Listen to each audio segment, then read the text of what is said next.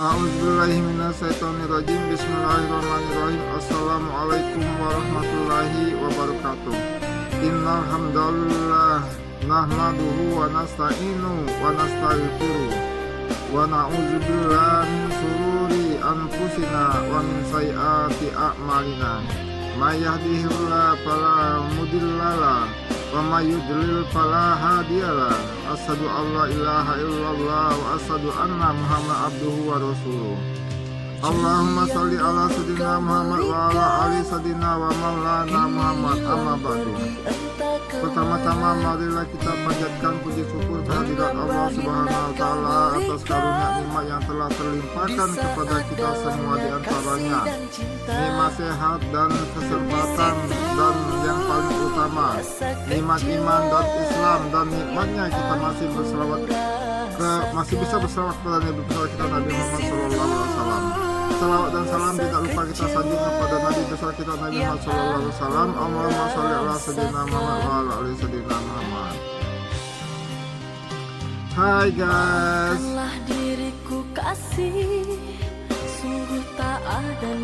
pertama-tama saya berdoa semoga kita semua dalam barokah, hidupnya selalu penuh dengan barokah, rezeki selalu berlimpah ruah, dan selalu dalam lindungan Allah Subhanahu wa taala. Amin ya Allah ya Allah.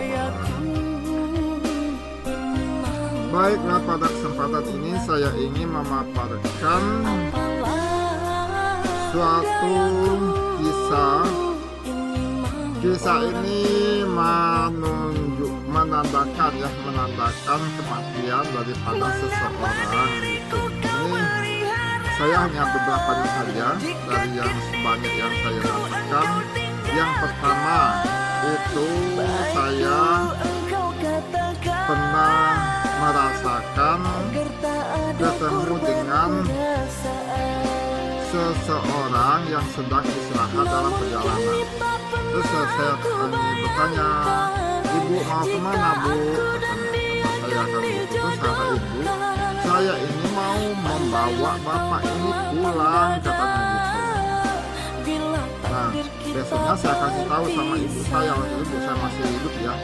Saya bilang, "Bu, di paling lama 1 minggu lagi, Bu, pasti meninggal." Tapi benar, 2-3 hari setelah itu meninggal. Kemudian itu yang pertama ya. Kemudian yang kedua yang terjadi pada ibu saya sendiri. Pada waktu itu saya mendapatkan gambaran karena sesuatu hal ya, ini ada kisahnya juga. Saya naik ke langit kan gitu ya. Nanti pas sampai di langit kok awan semua, tapi yang saya lihat ada sekelompok orang yang semuanya sedang duduk, kan nggak ada yang berdiri, semuanya duduk, hanya sekelompok orang yang sedang duduk. Dan ternyata ada ibu saya di sana, itu salah satunya, kan jaraknya cukup jauh, jadi dia hanya memandang saja, jadi kami tidak bertegur sapa kan gitu.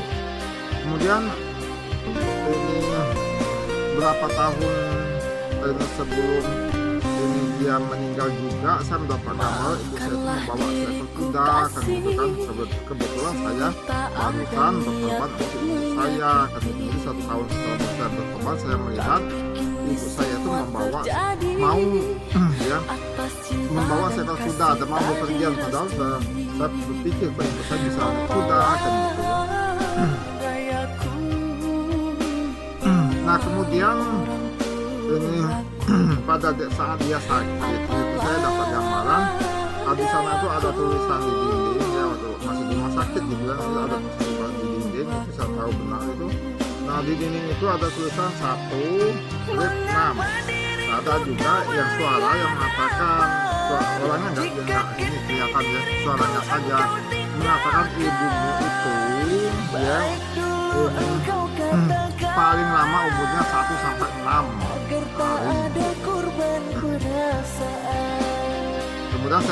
Kemudian ceritanya saya sampai dengan saudara saya, kemudian saya paksa ke pulang. Saya tidak mau ibu saya itu di rumah sakit, maka di rumah kita bisa baca Yasin sama-sama kan gitu. Dan memangnya benar 3 malam di rumah meninggal. Nah ini juga terjadi di ya di tempat saya ini beberapa kali terjadi kan gitu ya. Jadi saya ambil satu contoh saja ya. Pada suatu malam saya mendapatkan gambaran perasaan saya itu berada di sekolah, di kantor. Nah, terus ada ibu yang ini mau ibu ya yang mau datang, terus ibu itu mengucapkan salam. Terus saya jawab salamnya, terus ada apa Bu? Kata ibu tuh, kami mau pamit ya, saya mau bawa perempuan ini pulang. Iya, saya bilang gitu kan gitu.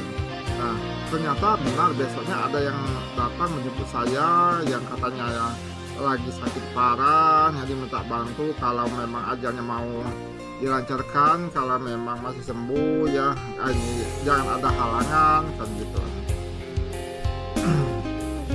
Dan ternyata benar ya, ini tidak lama kemudian dia meninggal kan gitu. Kira-kira begitulah ya. Nah, yang sekarang ini yang ingin saya bicarakan terjadi pada teman saya sendiri. Teman saya sendiri ini juga mendapat gambaran seperti itu kan gitu ya. Jadi di samping memang ada sepertinya ada energi negatif di depan rumahnya, ada energi negatif. Tapi energi negatif itu sepertinya dari Sengkolo ya, bukan dari buatan orang, kayaknya bukan ya, dari Sengkolo dia juga ya kan gitu ya. Dan saya juga mendapatkan gambaran ya bahwa gambarannya ini ada kaitannya dengan cerita yang pernah saya baca kan. Saya pernah membaca suatu cerita para waliullah gitu ya. Pada zaman dahulu waliullah itu punya seorang tetangga. Nah, tetangganya itu besoknya mau menikah. Kemudian dia mendapatkan petunjuk dari malaikat Jibril. Malaikat Jibril mengatakan bahwa si Anu ya besok itu meninggal katanya. Loh, kok dia kan mau menikah besok, ya kan? Rencana dia malam itu mau dia kasih tahu ini orang tersebut, tapi dia nggak jadi, saya nggak enak kan gitu kan. Jadi petunjuk ini dia tidak dia sampaikan kepada siapapun karena orangnya tidak enak kan, biarkannya saja. Tapi pas besoknya aman-aman saja, dia tetap menikah. Setelah beberapa bulan, setelah 1 tahun, kok tidak apa-apa. Bahkan dia sekarang sudah punya anak, dia juga tetap tidak apa-apa kan, tidak apa-apa, malah sehat kan gitu. Nah, terus dia minta petunjuk kepada malaikat Jibril tadi. Dia bertanya, wahai malaikat Jibril, kok katanya orang itu kan mau meninggal, tapi nyatanya sekarang sudah punya anak, belum meninggal juga kan. Itu katanya memang semestinya besok itu dia meninggal, tetapi sebelum dia menikah itu katanya kan ya, dia sudah mensodakokan sebagian hartanya. Ya itulah yang membuat umurnya panjang kata mereka begitu. Nah, saya kaitkan dengan teman saya ini sama dengan seperti malaikat Jibril ini. Dia harus melakukan sesuatu, kalau tidak umurnya nggak nyampe, 5 tahun lagi nggak nyampe, bahkan mungkin 3 tahun lagi nggak nyampe kan gitu. Dia harus melakukan seperti yang dilakukan oleh malaikat Jibril ini, tapi dia sudah tahu apa yang dia lakukan. Jadi maksud saya untuk menyampaikan di video ini untuk sebagai pegangan bagi saya, karena saya berniat untuk memberikan arahan. Nanti kalau mau membantu itu lillahi ta'ala saya, kalau bisa cari orang lain saja. Masalahnya kita tuh bukan dengan dia yang kita takutkan, takut dari keluarga, nanti keluarganya seuzon sama kita kan gitu ya. Family itu nanti seuzon sama kita, padahal kita ingin membantu dia. Jadi nanti untuk sementara ini niat saya untuk memberikan pengarahan saja, mau kalau ya mengharapkan mengikuti saran saya saja ya, silakan meminta bantuan kepada yang lain yang lebih pintar, banyak yang lebih pintar, yang lebih mampu, yang lebih mumpuni. Tapi kalau memang dia memaksa saya pun siapkan gitu. Jadi niat saya untuk menyampaikan hal ini ya sebagai untuk mewanti-wanti kalau seandainya nanti ada hal-hal yang menyangkutkan dengan saya, ini sudah saya rangkum di dalam video ini. Jadi saya kepada pemirsa mohon doanya semoga semuanya baik-baik saja, niat baik saya ini bisa mendapatkan respon yang positif dan mereka juga bisa mendapatkan kebaikan-kebaikan begitu. Jadi itu saja, lebih dan kurang saya mohon maaf ya. Ini kepada Allah saya mohon ampun ya. Bukannya saya ingin untuk membangga-banggakan, tapi maksud saya selagi saya bisa, karena ini kalau menurut saya kalau gambar tunjukkan pada saya itu merupakan amanah bagi kami kan gitu. Biasanya seperti itu, jadi bukan kami itu mau ikut campur masalah orang, bukan begitu, tapi biasanya kalau gambar diberikan kepada kami ini berarti amanah bagi kami. Dan ini pernah terjadi juga dengan teman saya juga pada waktu itu ya, teman saya. Nah, teman saya ini 1 tahun sebelum dia meninggal, saya melihat dia ini diiringi oleh seorang perempuan ya. Dan saya mengira perempuan itu adalah hodamnya karena dia juga punya ilmu juga kan gitu ya. Nah, jadi saya nggak peduli.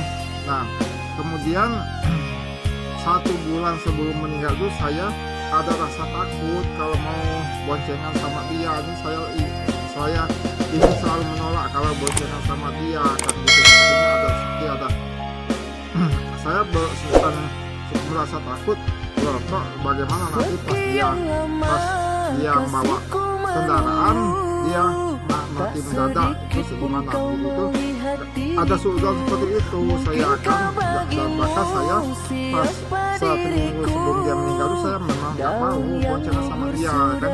Sama dia tuh bilang, kamu tega benar ya meninggalin saya kan gitu ya. Dia datang ke rumah. Jadi itulah ceritanya ya. Jadi saya itu sudah banyak pengalaman yang menyedihkan ya gitu ya. Jadi tapi itulah kenyataan yang ada ya. Jadi sebenarnya saya bisa, tetapi karena ya mungkin kurang mengamati ya, karena ini pengalaman yang kan katanya kan pengalaman itu guru yang paling berharga kan gitu kan, seperti yang ceritakan teman saya tadi. Teman saya juga bisa seperti itu. Kalau misalnya dia melakukan hal seperti itu mungkin bisa. Kenapa? Malam sebelum dia meninggal itu saya merasakan dia itu kami sedang di sebuah sungai mandi gitu, dah banjir dan dia minta tolong sama saya, tapi saya nggak tahu kalau itu dia. Saya ini nggak peduli, pas saya lihat teman saya, tapi dia sudah hanyut kan gitu ya. Jadi itulah ini gambaran, makanya saya kepingin sekali untuk membantu sebisa saya ya. Jadi saya nggak juga memaksakan dia minta bantu sama saya, yang penting saya mau memberikan gambaran, memberikan kepercayaan gambar saya itu mau dia percaya dan melakukan suatu tindakan karena mereka sudah tahu apa yang dia lakukan kan gitu. Nah itu saja ya, jangan lupa subscribe ya, like ya, dan komennya baik-baik. Mohon dukungannya supaya kami tetap semangat terus. Terima kasih.